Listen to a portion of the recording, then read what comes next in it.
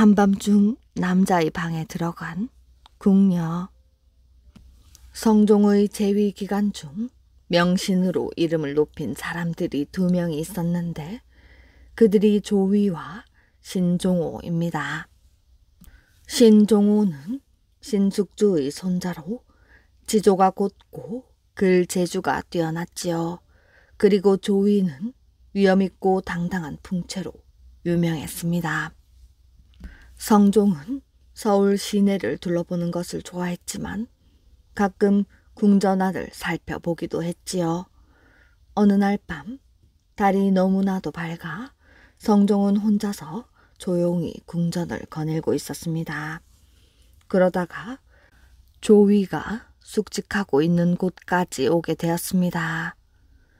늦은 시간인데도 안에서는 글 읽는 소리가 조용히 흘러나오고 있었지요. 성종은 조위가 늦은 시간까지 글을 읽는데 흐뭇해하며 방해가 될까 안에 들어가지는 않고 창문으로 살짝 들여다보았습니다. 조위는 다소곳이 앉아 불빛 아래에서 책을 읽고 있었지요. 바로 그때 방문이 스르륵 열리더니 예쁘게 치장한 궁녀가 들어와 조용히 조위 앞에 앉았습니다. 그녀는 너무도 아름다워 마치 작은 한 마리의 나비 같았지요. 성종은 그 둘이 무슨 일을 할지 궁금해 숨죽이고 지켜보았습니다. 궁녀는 아무 말 없이 가만히 앉아 있었습니다. 조위도 궁녀가 눈에 보이지 않는다는 듯 책만 열심히 읽고 있었지요. 그렇게 한참 시간이 흐른 뒤 조위는 책을 덮으며 궁녀에게 물었습니다. 넌 도대체 무엇을 하는 여자냐? 무엇을 하길래 한밤중에 남자 혼자 있는 방에 들어온 것이냐? 궁녀는 부끄러워하며 말했습니다. 전 궁전에서 심부름을 하는 궁녀이옵니다. 궁전에서 큰 축제가 있을 때마다 어르신을 뵈었습니다. 어르신의 늠름한 풍채에 저도 모르게 그만 사랑을 느낀 것이옵니다. 그 마음을 누르려고 해도 누를 길이 없을 만큼 크나큰 병이 되어버렸습니다. 그래서 소녀의 마음을 전하러 부끄러움을 무릅쓰고 찾아왔습니다. 조위는 헛기침을 하더니 이렇게 말하였지요. 너의 마음은 잘 알겠으나 그렇다 해도 한밤중에 남자의 방에 들어온다는 것은 옳지 못한 짓이다. 어서 너희 방으로 돌아가거라. 그러자 궁녀는 은장도를 꺼내 들었습니다. 어르신께서 소녀를 받아주시지 않는다면 이 부질없는 한 목숨. 궁녀가 은장도로 자신의 가슴을 찌르려고 하자 조위가 재빨리 그녀의 손을 잡았습니다. 성종은 손에 땀을 쥐면서 그 광경을 보고 있었지요. 너의 뜻이 그토록 강한 줄 몰랐다. 정 그렇다면 네 소원을 들어주도록 하겠다. 그리고 나서는 궁녀를 자신의 옆에 앉히고 부드러운 말로 위로한 다음 천천히 옷을 벗겨 이불 안으로 들어갔습니다. 성종은 조위의 마음에 감탄을 했습니다. 지극히 엄격하면서도 한 생명을 위해 기꺼이 그 마음을 꺾을 줄 아는 조위의 행동이야말로 진짜 사내 대장부의 도리라고 생각했던 것이지요. 성종은 곧 내시를 시켜 자신의 이불을 그들에게 보냈습니다. 조위가 일어나 보니 방 안에는 평소와는 다른 향기로 가득했지요. 그리고 자신이 덮고 있는 이불이 자신의 것이 아닌 임금님의 것임을 알고 당황을 했습니다. 조위는 당장 성종을 찾아가 머리를 조아렸습니다. 어제 제 방으로 웬 여자가 찾아왔습니다. 그 여인은 저에게 연정을 고백했지만 전 돌려보내려고 했습니다. 하지만 여인은 금방이라도 목숨을 끊으려고 했고 제 좁은 소견으로 그녀를 도와줄 방편이 그것밖에 없었기에 죄를 저지르게 되었습니다. 성종은 웃으며 말을 했습니다. 내가 다 보았기 때문에 잘 알고 있느니라. 한 사람이 사랑의 힘으로 다른 사람의 목숨을 구한다는 것이 얼마나 아름다운 일이냐. 성종은 조의를 나무라기보다는 오히려 그를 감쌌습니다. 다음 날 일과가 끝난 뒤 신종호가 성종을 찾아왔습니다. 어젯밤 조이는 궁전에서 궁녀와 음탕한 짓을 하였습니다. 이는 결코 그냥 지나칠 수 없는 일입니다. 그를 엄벌로 다스려 주십시오. 성종은 그에게 어떻게 알았냐고 물었습니다. 전 어제 그 옆방에서 책을 보고 있었습니다. 그런데 잘 모르는 구절이 있어 그에게 물어보러 갔습니다. 방을 나섰는데 조이의 방에서 웬 궁녀가 나오는 것을 보았습니다. 그러면서 그는 조이가 벌을 받아야 한다고 계속 주장하였지요.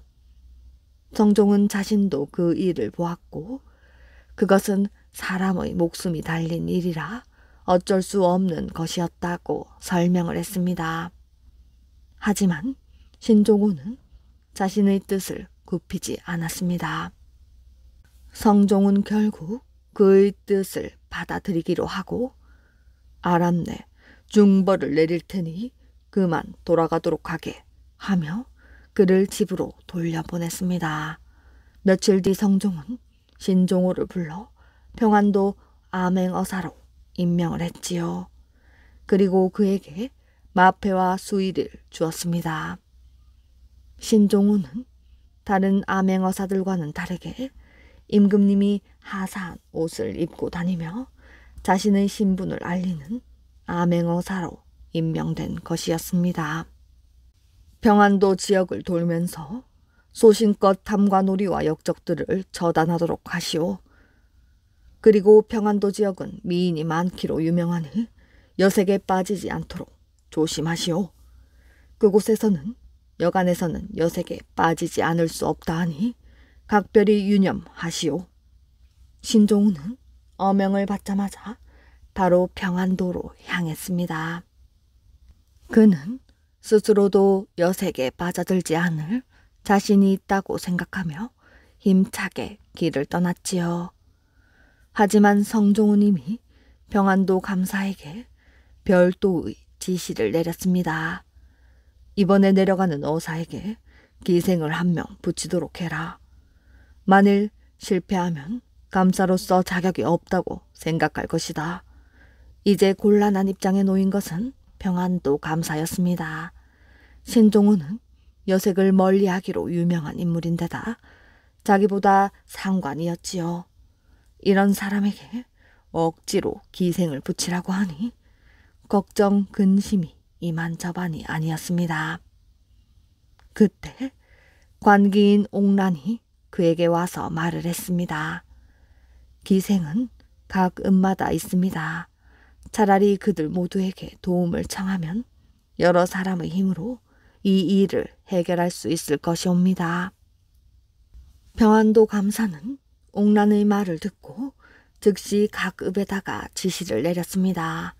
신종우를 유혹할 기생을 붙이되 성공을 하면 큰 상금을 내리겠다는 것이었지요. 이 읍들 중 성천이란 마을이 있었는데 이곳에 있던 옥매향이라는 기생이 신종호를 유혹해 보이겠다고 자신 있게 나섰습니다. 한편 신종우는 아무것도 모른 채 평안도로 왔습니다. 신종우는 기생은 그의 옆에 얼씬도 못하게 하였지요. 평안도 땅을 밟으면서 신종우는 더욱 철저하게 기생을 멀리하였습니다.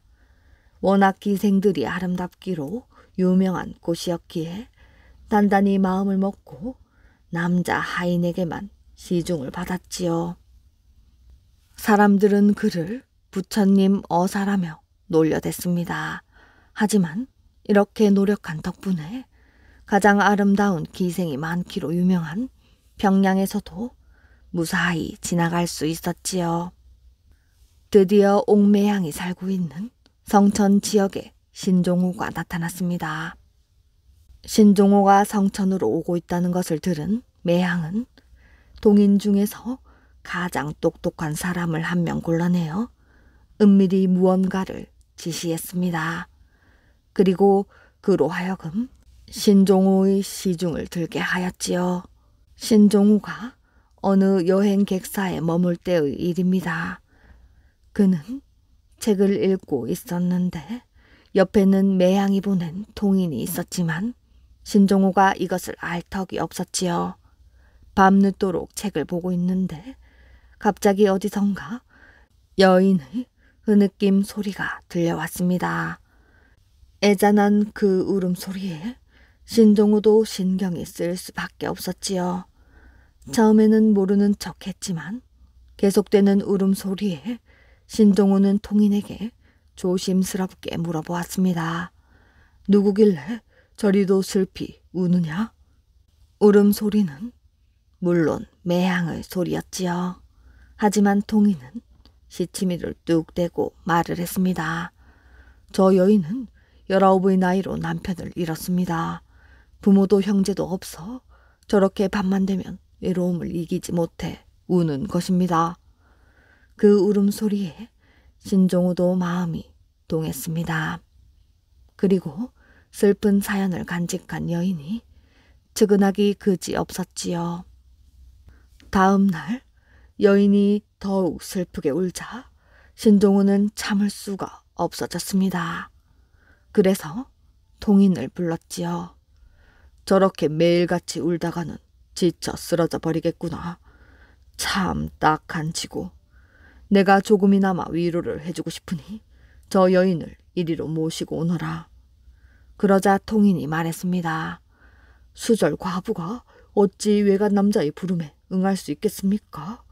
저 여인을 정말로 가엾게 여기신다면 직접 그 댁을 방문하여 달래주시는 것이 어떤지요? 신종호가 통인의 말을 들어보니 나름대로 일리가 있었습니다. 신종호는 통인을 따라 여인의 집을 향했습니다.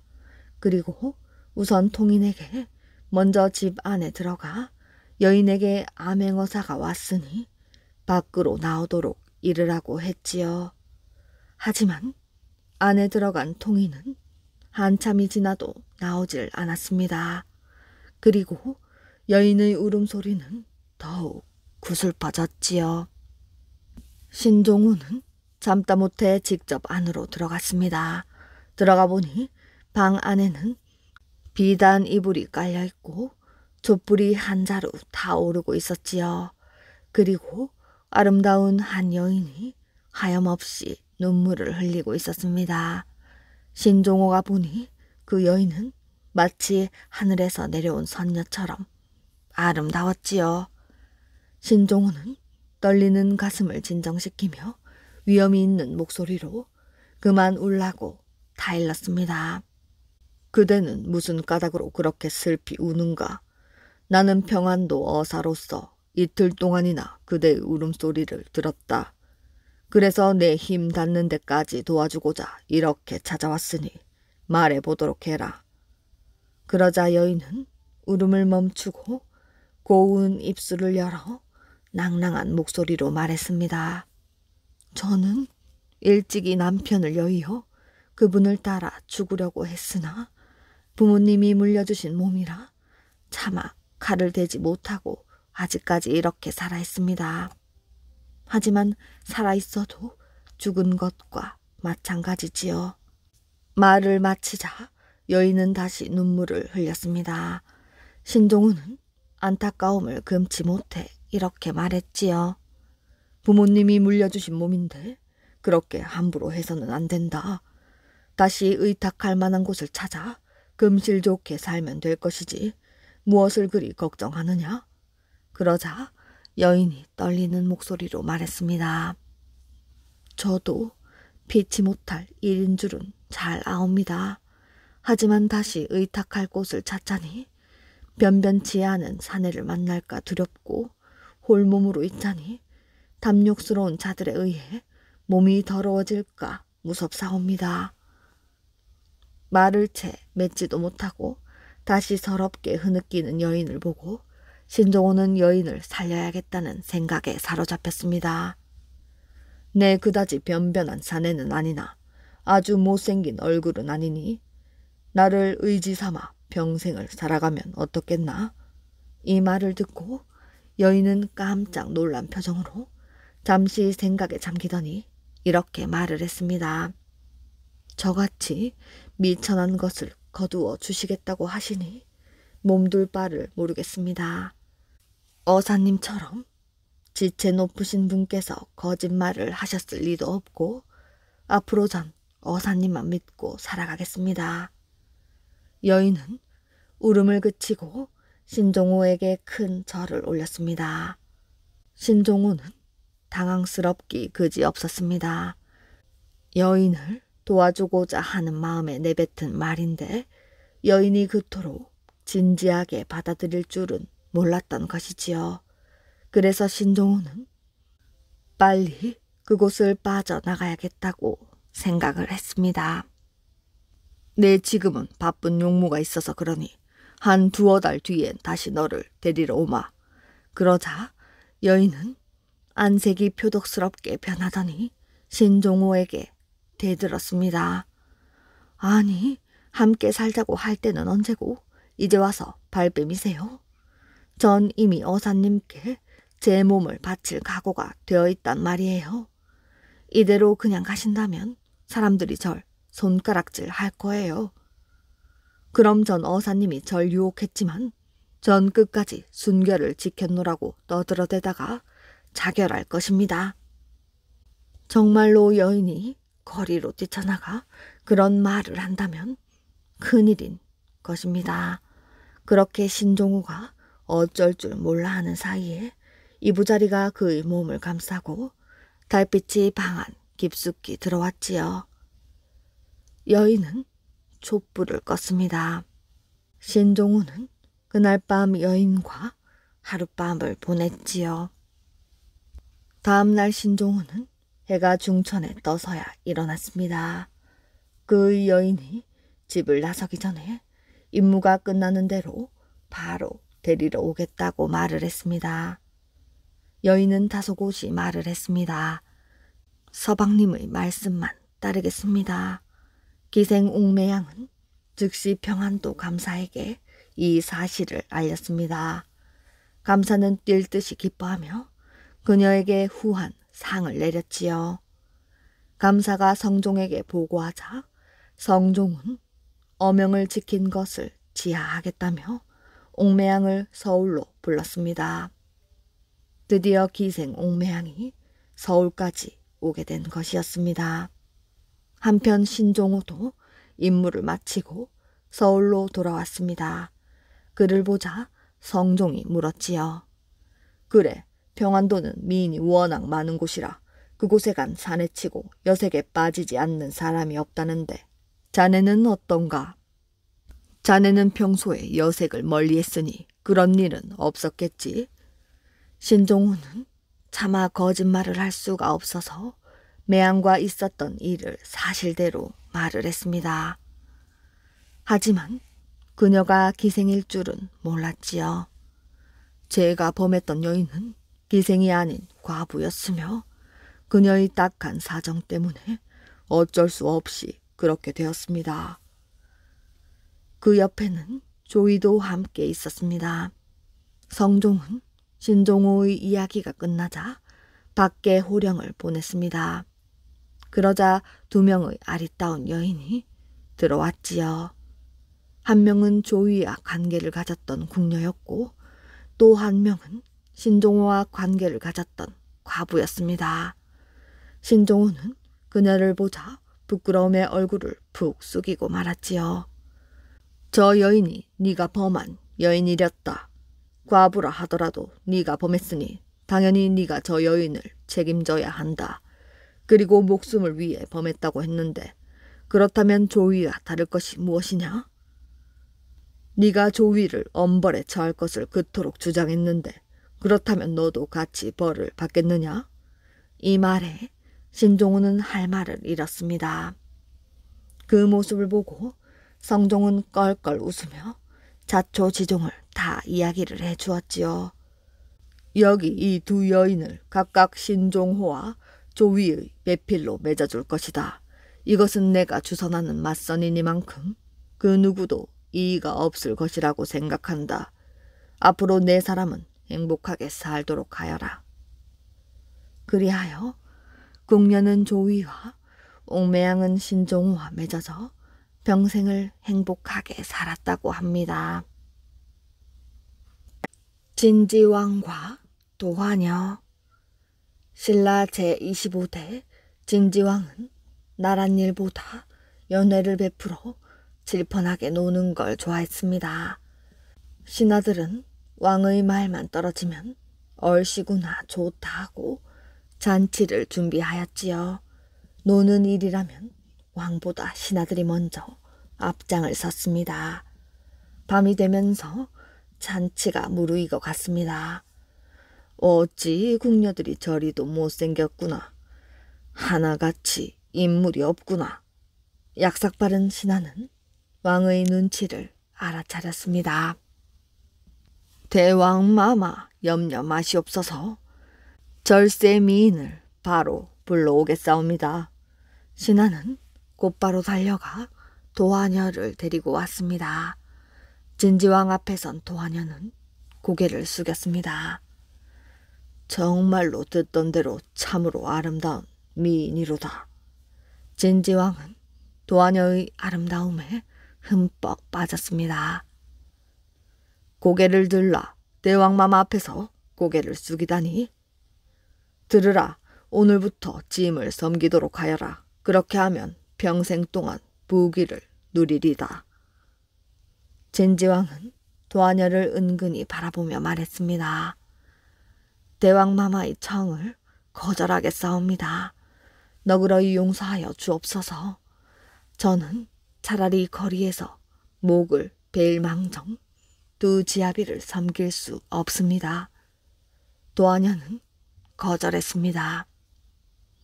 뭐라고? 대왕마마 죽여 주시옵소서. 도화녀의 마음은 돌아서지 않았습니다.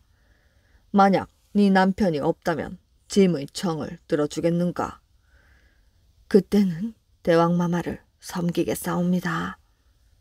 도화녀의 대답은 차갑기만 했습니다. 진지왕은 도화녀의 마음을 돌리지 못했습니다. 진지왕은 할 수 없이 도화녀를 집으로 돌려보냈습니다. 당신 참 고맙소. 보잘것없는 남편을 위해 목숨까지 바치겠다고 했으니 너무도 고맙소. 남편은 도화녀의 손을 꼭 잡고 눈물을 흘렸습니다. 놀기 좋아하는 왕을 어느 백성이 좋아할까요? 진지왕은 왕위에서 쫓겨나 얼마 안 있다가 죽었습니다. 2년이 지난 뒤 도화녀의 남편도 죽었지요. 도화녀의 남편이 죽은 지 10일 되던 날 밤이었습니다. 도화녀야 자느냐? 한밤중에 소리가 들렸습니다. 누구세요? 도화녀는 놀라 자리에서 벌떡 일어났습니다. 짐을 모르는가? 귀신이 된 짐이 너를 잊지 못하여 이렇게 찾아왔다. 이제 네 남편도 없으니 약속한 대로 짐을 섬겨야 되지 않겠느냐?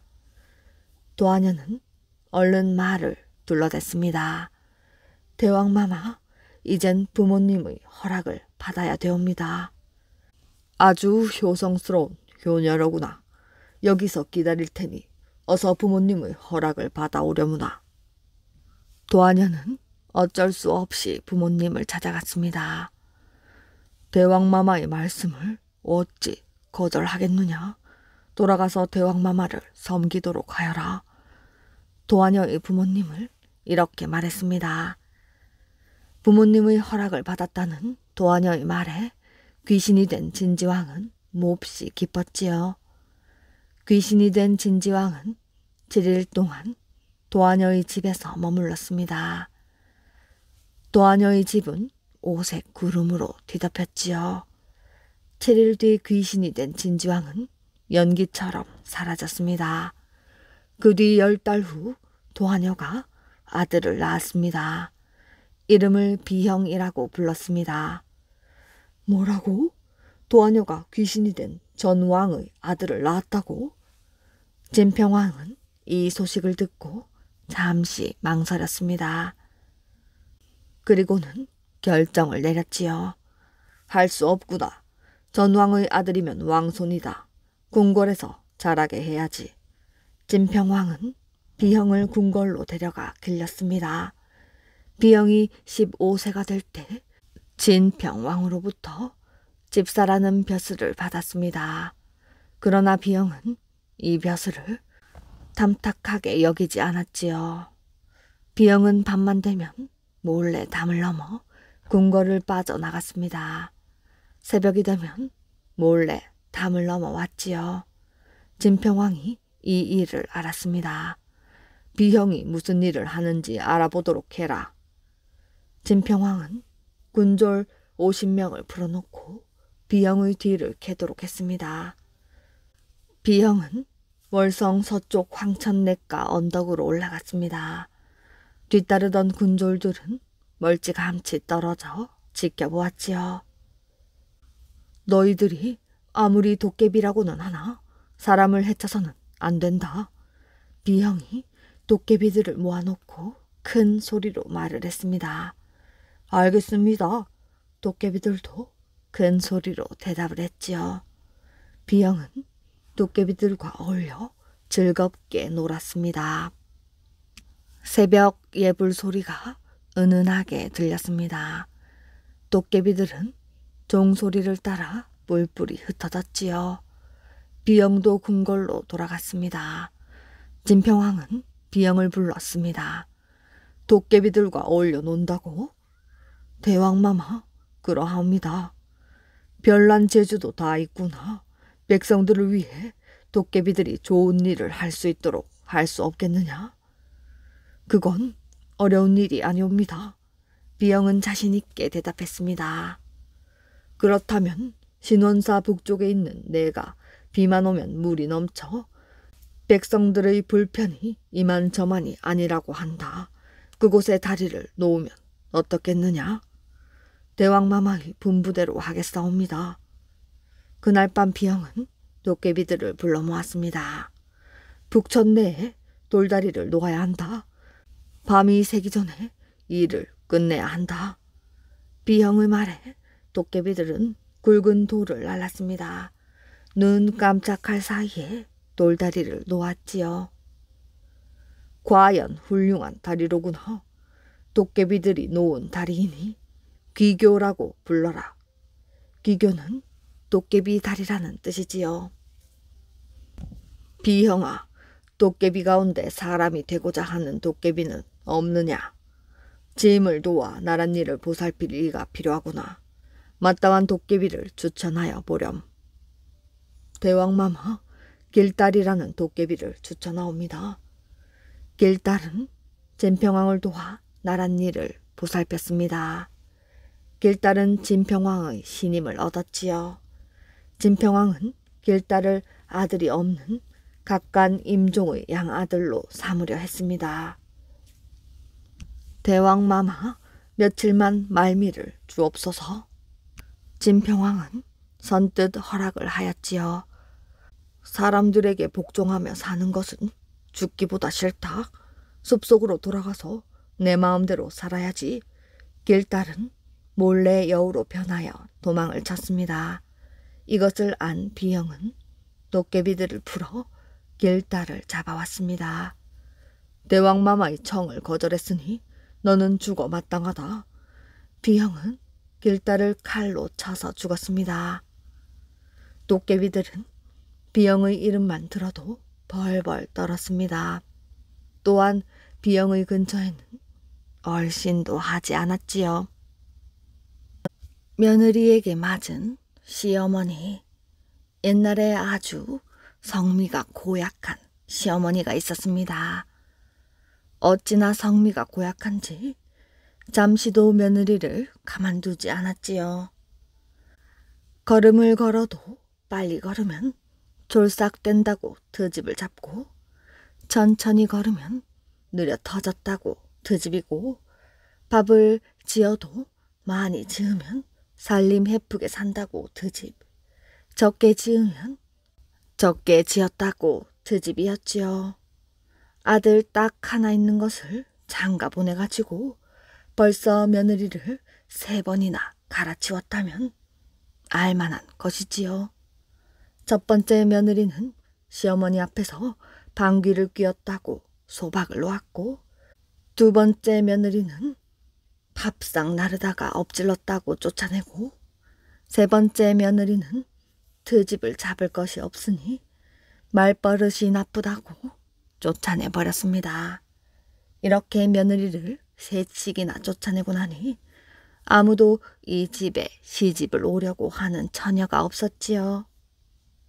그런데 그 동네에 처녀 하나가 제발로 그 집에 시집을 가려고 했습니다. 처녀 부모가 길을 쓰고 말렸지만 한사코 시집을 가겠다고 했지요. 너 그 집에 시집가서 3달을 넘긴 며느리가 없다는 걸 알고 하는 소리냐? 모르고 하는 소리냐? 저한테도 생각이 있어서 그러니 염려 말고 보내주십시오. 시어머니는 3번째 며느리를 쫓아내고 나서 심술 부릴 데가 없어 심심하던 차에 새 며느리가 들어오니 고양이 쥐 만난 듯이 들들 볶아댔습니다. 그래도 새 며느리는 낯빛 한 번 안 바꾸고 고분고분했지요. 그저 잘못했습니다 하면서 때리면 맞고 차면 채이고 이렇게 지냈습니다. 보다 못한 시아버지가 말을 했습니다. 너희 시어머니 등살에 네가 명대로 못 살겠다. 그만 친정으로 가는 것이 어떠냐 하니 며느리가 말했습니다. 어머님께서 제 잘못을 일깨워 주시는데 무엇이 덜 차서 친정에 가겠습니까? 이게 소문이 나서 온 동네 사람들이 하늘 아래 저렇게 얌전한 며느리는 없을 거라고 칭찬을 했습니다.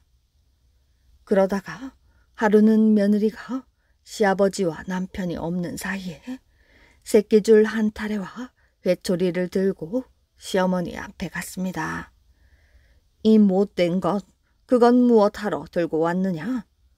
예, 어머님 버릇 고쳐드리려고 합니다. 며느리가 낯빛도 안 바꾸고 생글생글 웃으면서 시어머니를 새끼줄로 꽁꽁 묶어서 회초리를 든 손에 침을 탁 뺐더니 말을 했습니다. 어머님이 미워서 이러는 게 아니라 버릇을 고쳐드리려고 이러는 것이니 고깝게 생각하지는 마십시오. 하더니 회초리로 시어머니를 사정없이 두들겨 팼습니다. 시어머니는 하도 어이없고 분하고 원통해서 숨 넘어가는 소리만 냈지요. 오늘은 이쯤 해두겠습니다. 어머님이 버릇을 못 고치시면 또 회초리를 들 수밖에 없으니 그리 아십시오. 하고 시어머니를 풀어줬습니다. 그러고 나서 잽싸게 숨어버리니 시어머니는 화풀이 할 데가 없어서 맨발로 문 밖에 나가 고래고래 소리를 질렀지요. 동네 사람들 내 말 좀 들어보세요. 우리 집 며느리가 날 때렸소. 날 때렸다고. 그러면 동네 사람들이 그 말을 믿겠어요? 얌전하다고 소문난 며느리가 시어머니를 때렸다는 말을 누가 믿겠어요? 모두들 저 할망구가 며느리한테 행악질을 하다가 기어이 미쳐버렸다고 손가락질을 했지요. 동네 사람들이 제 말을 안 믿어주니 시어머니는 분을 못 이기고 남편이 일하는 곳에 가서 대성통곡을 했습니다. 영감, 며느리가 날 때렸다오. 그러면 누가 믿을까요? 저 할망구가 이제는 아주 돌아버렸군 그래. 이번에는 아들한테 달려가서 하소연을 했지요. 세상에 이런 일이 어디 있느냐. 네 색시가 날 때렸단다. 아들인들 그 말을 믿겠어요? 어머니도 참 꾸며대려면 좀 그럴듯하게 꾸며대세요. 이러니 시어머니는 속이 탔습니다. 속이 타서 아주 새까맣게 됐지요. 저녁이 되어 시아버지와 남편이 들어오니 며느리는 언제 그랬나는 듯이 고분고분해졌습니다. 시어머니가 욕지거리를 퍼부어도 예, 잘못했습니다 하면서 때리면 맞고 차면 채이고 했지요. 그럴수록 시어머니 속은 부글부글 끓었습니다. 다음 날 시아버지와 남편이 일하러 나가자마자 며느리는 또 시어머니를 새끼줄로 꽁꽁 묶어놓고 회초리로 두들겨 팼습니다. 어머님이 아직도 버릇을 못 고치셨으니 이럴 수밖에 없습니다. 그날도 시어머니는 며느리한테 두들겨 맞고 동네 방네 떠들고 다녔지만 아무도 믿어주는 사람이 없었지요. 그 다음 날 시아버지와 남편이 나간 뒤에 며느리가 또 새끼줄과 해초리를 들고 시어머니에게로 갔습니다. 그랬더니 시어머니가 그만 눈물을 흘리면서 내가 잘못했다. 이제 다시는 안 그럴 터이니 이제 그만해라 하고 말을 했습니다. 그러니 며느리도 매질을 한 것을 눈물로 사죄하고 그 다음부터는 더 극진히 효도하면서 살았다고 합니다. 끝없는 욕심.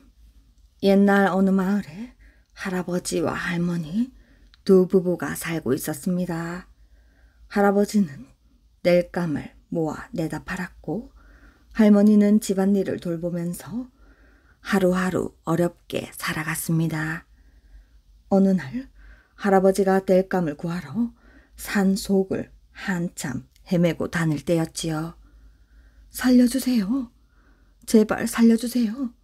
하는 다급한 목소리가 들려왔습니다. 할아버지는 급히 소리가 나는 쪽으로 달려갔습니다. 살려주세요, 할아버지. 짐승을 잡기 위해 파놓은 구덩이에 예쁜 처녀가 빠져 있었습니다. 할아버지는 있는 힘을 다해 그 처녀를 끌어올렸지요. 할아버지, 고맙습니다. 이 은혜를 평생 잊지 않고 살겠습니다. 처녀는 고맙다는 인사를 몇 번이고 하였습니다. 아니, 머리 위에 달린 것은 뿔이 아니오. 예, 저는 하늘에서 내려온 선녀인데 죄를 지어 이렇게 머리에 뿔이 생기고 말았답니다. 이런. 이곳에 계속 있으면 위험하니 우리 집에라도 갑시다. 오래된 집이긴 하지만 여기보단 안전할 것이오. 저는 사람들과 같이 살면 안 됩니다. 하며 할아버지의 청을 정중히 거절하였습니다. 할아버지는 하는 수 없이 집으로 돌아왔는데 낡고 허름했던 할아버지의 집이 으리으리한 대궐 같은 집으로 바뀌어 있는 게 아니겠어요? 할아버지는 할머니에게 어찌된 일이냐고 물었습니다. 내가 물어볼 말이오. 이게 무슨 일이오? 그제야 할아버지는 자기가 구해준 선녀가 한 일이라는 것을 깨달았습니다. 그리고 할머니에게 자세히 이야기해 주었지요. 오, 우린 이제 부자가 될 수 있겠군요. 하며 할머니는 수선을 떨었습니다. 영감, 뭘 꾸물거려요. 선녀에게 가서 창고에 먹을 것을 가득 채워달라고 해요. 할아버지는 할머니의 성화에 못 이겨 선녀를 찾아갔습니다. 염려 마세요. 제 생명의 은인이신 할아버지의 부탁인데 걱정 마시고 돌아가세요. 선녀는 할아버지의 말을 듣고 이렇게 대답했습니다. 할아버지가 집으로 돌아가자 창고엔 정말 먹을 것이 가득했습니다. 그러자 할머니는 더욱 욕심이 생겼습니다. 영감, 이제 좋은 가구와 몸종이 필요하지 않겠소? 어서 가서 선녀에게 부탁해 보세요. 하고는 할아버지를 집 밖으로 내몰았습니다. 할아버지는 그런 할머니가 마음에 들지 않았지만 어쩔 수 없이 선녀를 찾아갔습니다. 염려 마세요. 어서 집으로 돌아가 보세요. 좋은 가구는 물론 예쁘고 상냥한 몸종들이 할머니를 거들어 드리고 있을 거예요. 선녀는 이번에도 약속을 지켰습니다. 집으로 돌아와 보니 멋진 가구들이 진열되어 있고 몸종들이 바삐 움직이고 있었습니다. 이제 할아버지와 할머니는 남 부러울 것이 없었지요. 하지만 할머니의 욕심은 끝이 없었습니다. 영감, 우리가 그 선녀의 뿔을 가지고 있으면 번번이 선녀를 찾아가지 않아도 될 텐데 그냥 선녀의 뿔을 달라고 합시다. 할아버지는 매일매일 할머니에게 시달렸습니다. 그래서 할아버지는 하는 수 없이 또 선녀를 찾아갈 수밖에 없었지요. 선녀님, 글쎄 우리 집 할멈이 선녀님을 뿔을 달라고 합니다. 네? 제 뿔을요? 선녀의 얼굴이 조금씩 굳어지더니 알았어요, 할아버지. 제 뿔을 드리지요. 하고는 선녀는 뿔을 뽑아 할아버지에게 주었습니다. 선녀의 뿔을 가지고 집으로 돌아오자 할아버지는 깜짝 놀라고 말았지요. 할머니가 남루한 옷차림으로 울고 있었습니다. 꿈만 같았던 대궐 같은 집도 창고에 가득 찼던 곡식도 모두 없어져 버리고 옛날에 살던 허름한 오두막으로 다시 돌아와 있었습니다. 할머니의 끝없는 욕심이 부른 결과였지요. 호랑이를 구해준 효자. 먼 옛날 깊은 산 속에 홀 어머니를 모시고 사는 총각이 있었습니다.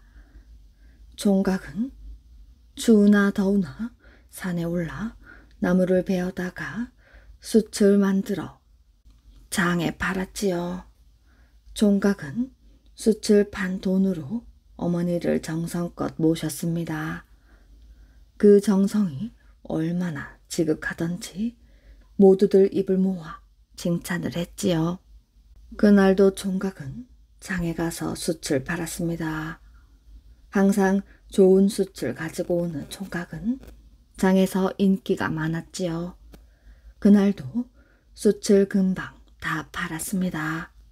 오늘 번 돈으로 어머니 옷과 고기를 사야지.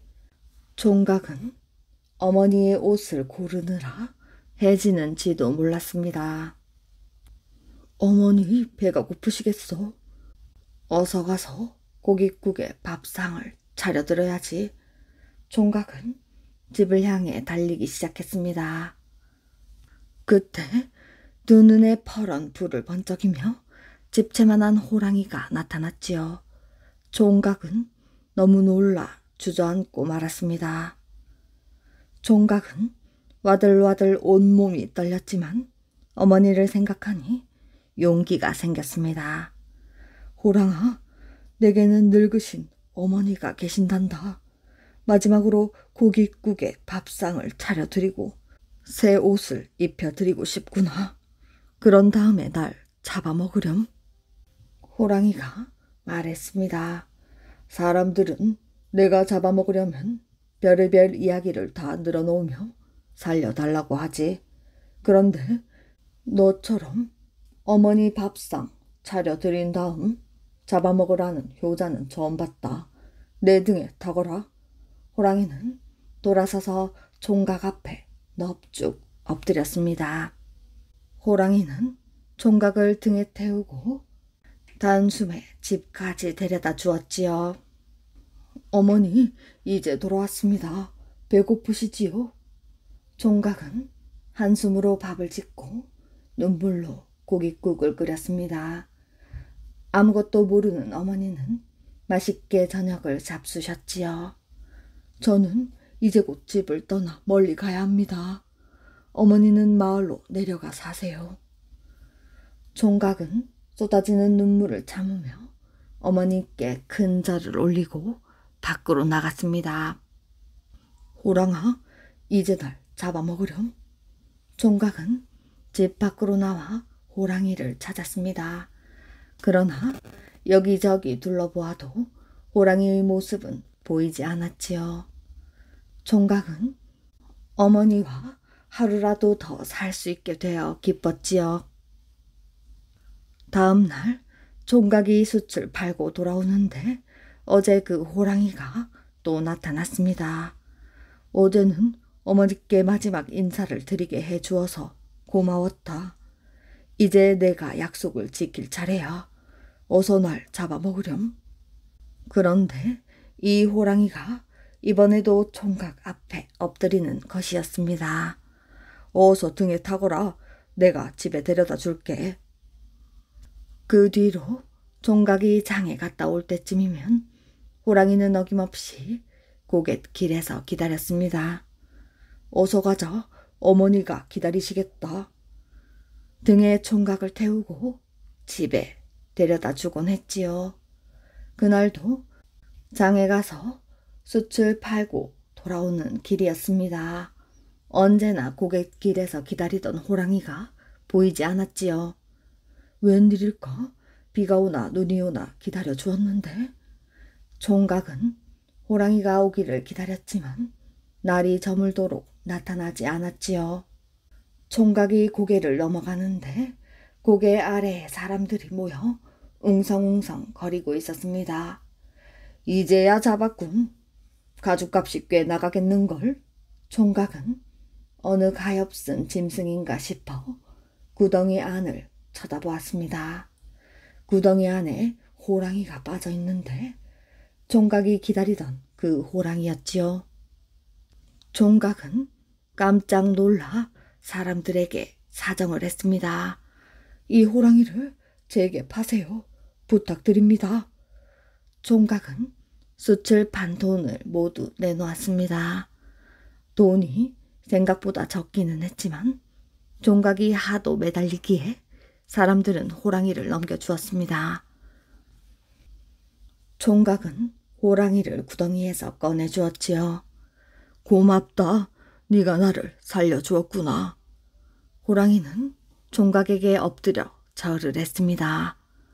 너도 날 살려줬잖아. 총각은 호랑이 등에 얼굴을 비비며 좋아했습니다.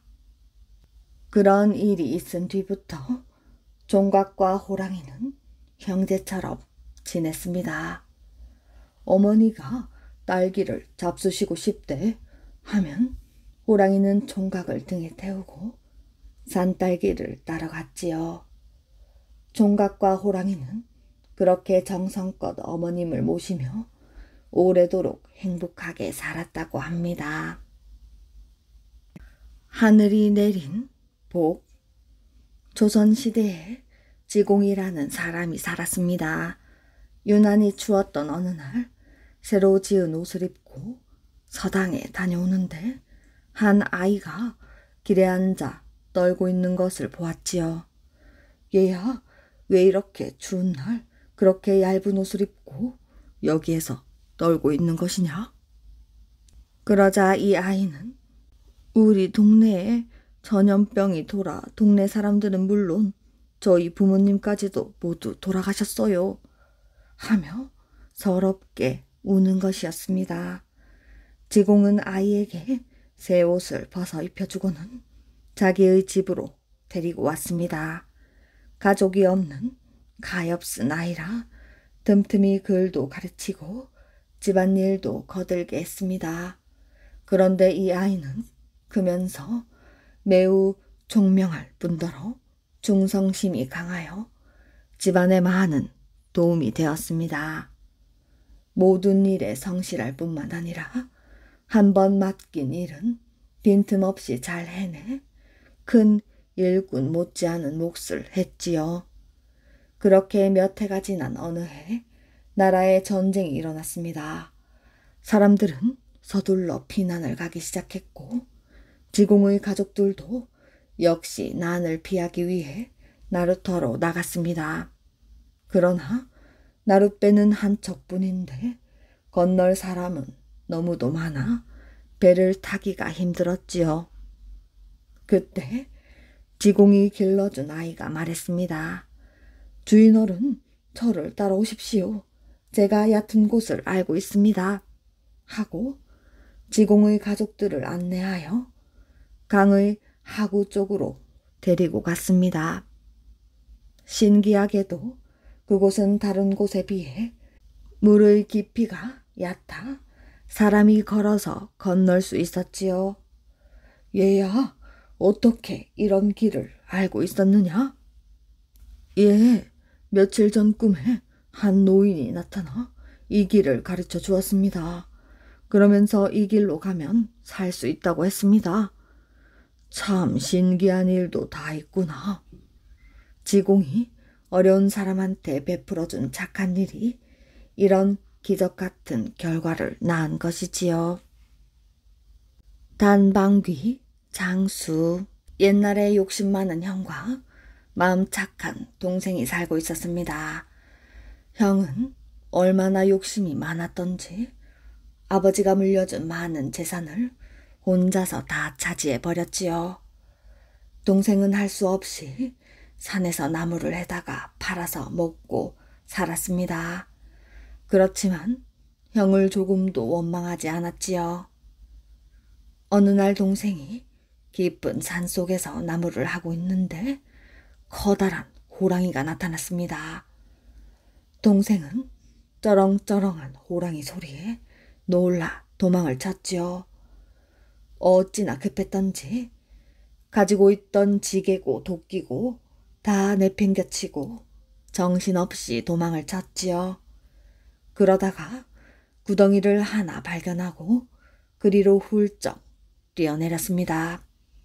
정신을 차려보니까 그곳은 달콤한 꿀 구덩이였지요. 둘러보니 호랑이는 보이지 않았습니다. 동생은 배가 고팠던 참에 그 꿀을 실컷 먹었습니다. 그리고는 구덩이에서 나와 나무 하던 곳으로 걸어가는데 뿡 하고 방귀가 나오는 것이었습니다. 그런데 이상하게도 방귀 냄새가 무척 달고 향긋했습니다. 방귀가 달콤한데 사람들이 이 방귀 냄새를 맡으면 신기해 하겠는걸?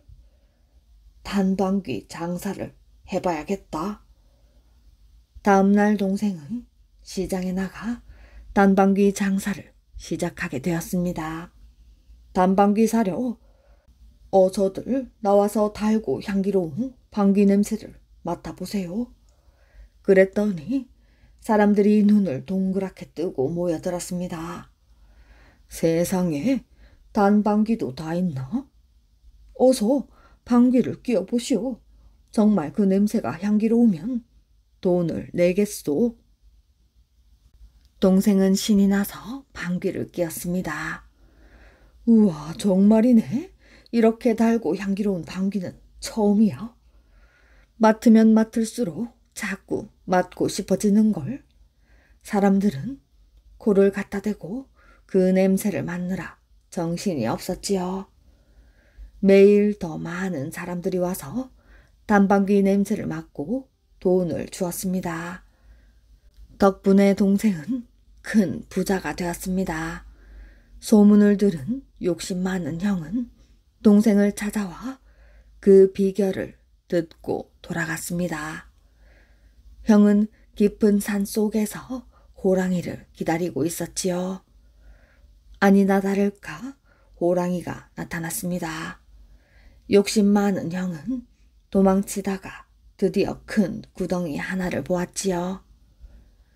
아우가 말하던 꿀 구덩이가 바로 저것이로구나 생각을 하고 그 속으로 뛰어들어갔습니다. 그런데 어째 냄새가 좀 이상한 것 같았지요. 아주 구리고 고약한 냄새가 풍겼습니다. 하지만 형은 부자가 되고 싶다는 생각에 마구마구 퍼먹었지요. 사실 그건 꿀 구덩이가 아니라 똥 구덩이였는데 말이지요. 형은 구덩이에서 나와 단방귀 장사를 했습니다. 단방귀 사려 어서들 나와서 달고 향기로운 방귀를 맡아보세요. 사람들은 전에 맡았던 그 단방귀인 줄 알고 구름처럼 몰려들었습니다. 어서 단방귀를 뀌어보라고 난리가 났지요. 형은 우쭐해져서 방귀를 뿡뿡 하고 뀌기 시작했습니다. 그런데 형의 방귀에서는 말할 수 없이 구리고 고약한 냄새가 났습니다. 사람들이 얼굴을 잔뜩 찡그리면서 코를 막았지요. 이런 거짓말쟁이가 이 냄새가 어디 달고 향기롭다는 거야? 사람들은 형을 몽둥이로 마구 때렸습니다. 형은 엉금엉금 기어서 간신히 집으로 돌아왔다고 합니다.